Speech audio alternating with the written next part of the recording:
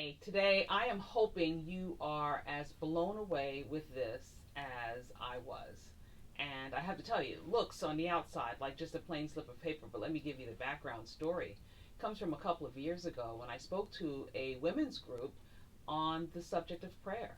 And I encouraged them at the end to write out their prayer requests prayerfully, considering what they ought to be, write them out on slips of paper, and then pin them, physically pin them to a great big throne that we had built. And I tell you what, it was to represent the throne of grace and the women's ability to bring boldly to the throne of grace the requests that they really had on their hearts. And there was this one request that really got to me. Not that the other ones weren't important and not that we didn't pray heartily for all of them, but this one struck me as being so God directed, so God inspired that it actually frightened me a little bit.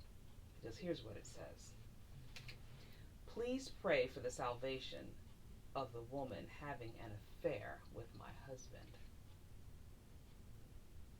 Yeah, that was the request. Can you imagine that? Now let me tell you, that is not normal to pray for. And when I say not normal, I mean not something that any of us might come to easily on our own without the prompting of the Lord. So if you're wondering what it looks like to pray for someone who has not treated you well, this is what it could look like.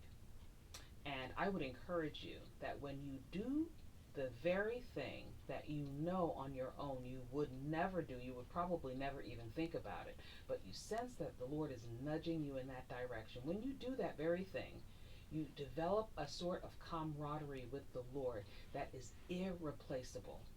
You have to understand that. It's so reminiscent of Jesus hanging on the cross and praying for the very people who put him there. Father, forgive them because they do not know what they do.